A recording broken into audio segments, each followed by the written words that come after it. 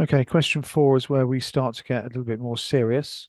Um, and marks started to disappear for some people.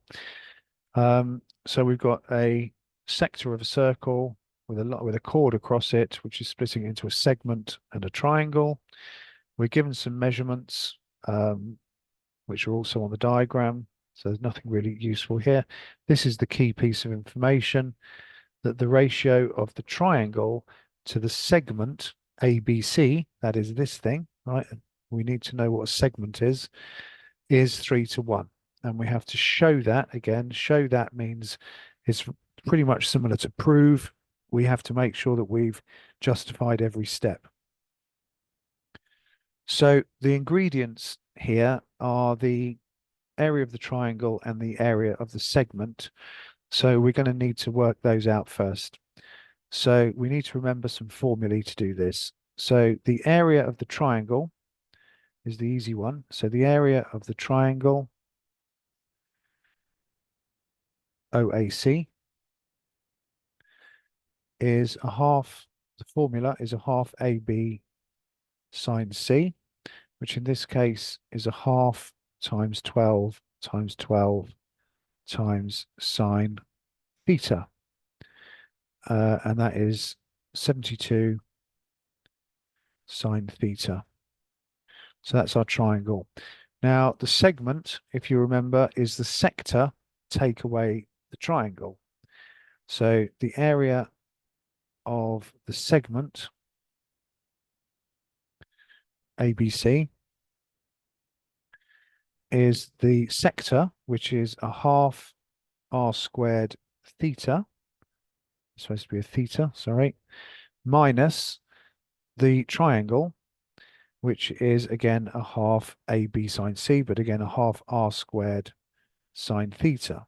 Okay, so in this case, that is a half of 144 theta minus a half of 144 sine theta. So that is 72 theta minus 72 sine theta. So we've got our triangle, we've got our segment. We now have to use this ratio even to get the first mark here. It's only 2 marks. To get the first mark, you had to get beyond this point. You had to use this ratio. Now, how are you going to use it? If you think this through very carefully, the triangle to the segment is 3 to 1. That means the triangle is the larger shape, the segment is the smaller shape, and the triangle is 3 times as big as the segment. So if we need to write this, because we've got to get an equation here. So we need to convert this ratio statement into an equation. And the equation will be that the area of the triangle is 3 times the area of the segment. Okay, make sure you get that the right way round. And so to put that into actual symbols, then we've got, well, the 72s are all going to cancel out, but never mind, we'll do that in a minute. So we've got 72. So the triangle is 72 sine theta is 3 times, and I'm going to factor out the 72 here. So 72 brackets theta minus sine theta. The reason I did that is because I want to cancel the 72s. Okay. And then going to the next page. So I've got sine theta is equal to 3 theta minus 3 sine theta. And I just need to get this into the right form. So it's 3 theta minus 4 sine theta. So yeah, so just subtract the sine theta, and I've got 3 theta minus 4 sine theta equals 0. Okay, as required. Okay, because that was a show that question. You can't take liberties in terms of missing out steps of working because it is a show that question. You can't just write any old stuff down and then quote the answer. Any marker that is worth the money they're getting paid will see through that. Okay, you might be lucky and find a bad one.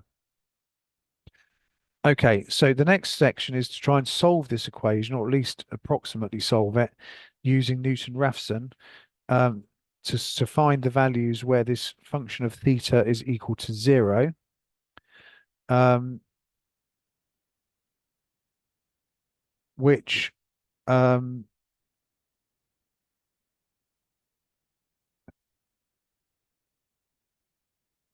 which we're going to do. So f of theta, right? Okay. So this is question B. Sorry, I'm struggling to read it at the same time. So f of theta is this thing above. So 3 theta minus 4 sine theta, and we're going to take x1 is equal to 1.2. So the Newton-Raphson method, which is in the formula book, so you've absolutely got no excuse for not knowing this formula, but you might know it. It's nice to know it if you do. So xn plus 1, the next guess is the previous guess minus f of the previous guess divided by the gradient of the previous guess, f dashed. So we're going to need f dash theta here. So f dash theta is just 3 minus 4 cos theta. So what we want is x2 is equal to 1.2 minus, and then f of 1.2, which is 3 times 1.2 minus 4 sine 1.2. And then we're going to divide that by the f dashed, which is 3 minus 4 cos 1.2. So that's it all lumped in together. Now at this point, you're going to need your calculator. Don't forget that we are working in radians here, because we're differentiating trig functions, and you can only do that if you're working in radians. So don't forget, as I'm just doing now, to set your calculator into radians, and then we just got to plug all of that in. So 1.2 minus fraction bar 3.6 minus 4 sine 1.2. Go downstairs, 3 minus 4 cos 1.2 equals,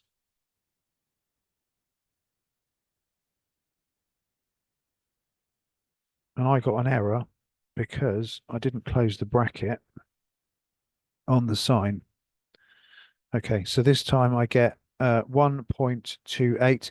Always check for accuracy. It says 3 decimal places. And we've only got to do it once, so we don't have to program in any sort of fancy answer things into the thing. We just got to do it once. So 3 decimal places, 1.283. Brackets 3dp. I hope that's correct. I haven't actually got the answers in front of me. So I think that's all there is to do there. As I said, always check the accuracy that they want, because it's very easy to lose marks.